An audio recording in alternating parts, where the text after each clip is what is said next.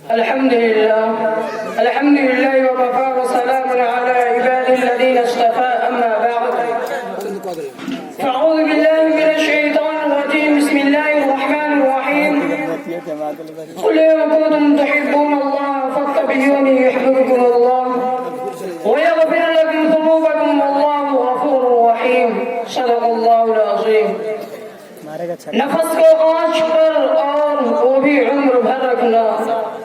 نفس کو آنچ پر اور وہ بھی عمر بھر رکھنا بڑا محال ہے ہستی کو معتبر رکھنا صدر محترم حاضرین جلسہ محبت انسان کی فطرت ہے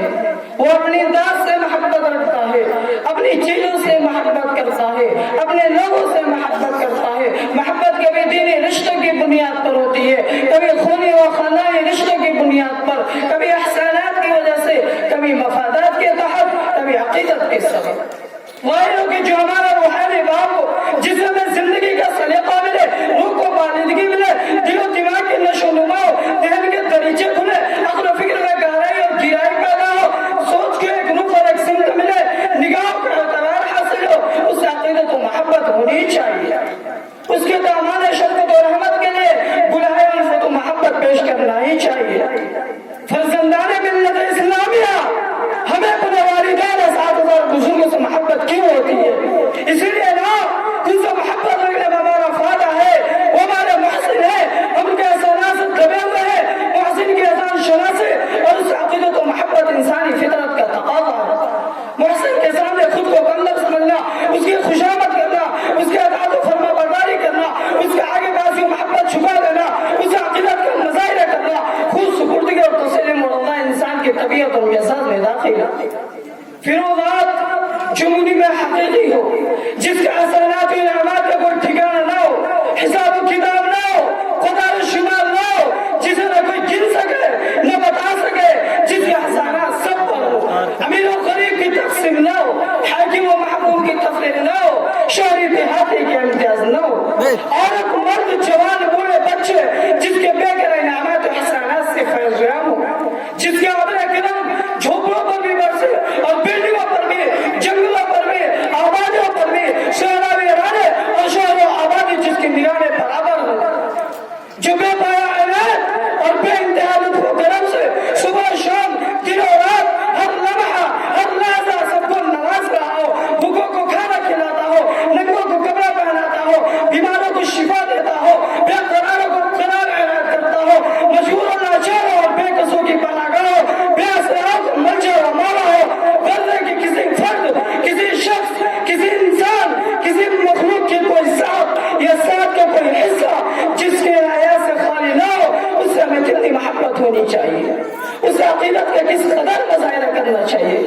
کیا اس کی مثال مقدار کے حساب سے لگا سکتا ہے نہیں اور ہرگز نہیں وذات خالق السماء کی وذات حکم الحاکمین کی وذات رب کائنات کی وذات مالک الملک کی وہ اللہ ہے رحمان ہے رحیم ہے سبوح ہے قدوس ہے وہاب ہے رزاق ہے غفار ہے ستار ہے سمیع و بصیر ہے عزیز و علیم ہے کبیر و عظیم ہے کبیر و عظیم ہے کریم و حلیم ہے رقیب و مجیب ہے جلیل و وکیل ہے قادر و مقتدر ہے مغنی و منعم ہے ایسی ناز سے محبت کون نہ کرے گا ایسی ناز وحدہ لا شریک کون نہ چاہے گا معذور چند منیروں اور داریدوں کو چھوڑیے انہیں کون پوچھتا ہے ان کی کون سنتا ہے ان کی کیا حیثیت وہ کس گنتی میں ہے انسانوں کی بھاری اکثریت بلکہ کہنا چاہیے اس سارے کے سارے انسان اپنے اپنے عقیدے کے اعتبار سے اللہ کو مانتے ہیں اللہ سے محبت کا دعویٰ کرتے ہیں بزرگوں اور دوستوں انسان نے اللہ سے زیادہ محبت کے بہت سے طریقے ایجاد کیے وہ اپنی دانش میں محبت کا حق ادا کر رہے ہیں لیکن سوال یہ پیدا ہوتا ہے کہ محبت الہی کا وہ طریقہ جو انسان نے بڑھتا سمجھا اور پار کیا ہے اور وہ طریقہ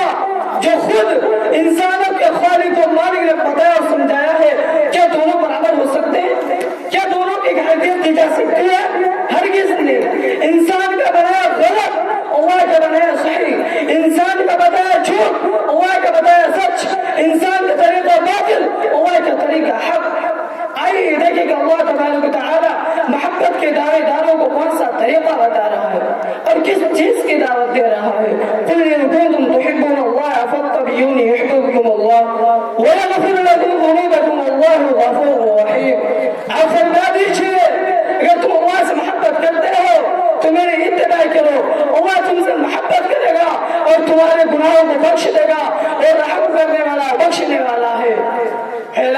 دیا گیا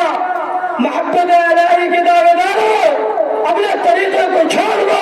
محمد عربی صلی اللہ علیہ وسلم کے طریقے پر آ جاؤ اپنے پروگراموں کو بند کرو رسول کے پروگراموں کو اپنا لو اپنی سوچ کو چھوڑ دو سرکار مدینہ کی سوچ کے لے لو اپنے خیالات نکال لو سرکار دو جہاں صلی اللہ علیہ وسلم کے خیالات سنبھالو اتباع کے ہی مطلب ہے تابعداری اور کہنا مانا اسی کو کہتے ہیں حضور صلی اللہ علیہ وسلم کے اطاعت تبھی ہوگی جب اللہ تعالیٰ کا حق تبھی ادا ہوگا تو حضور صلی اللہ علیہ وسلم کے اطاعت ہوگا دنیا میں زندگی گزارنے والے انسانوں تم کوئی بھی ہو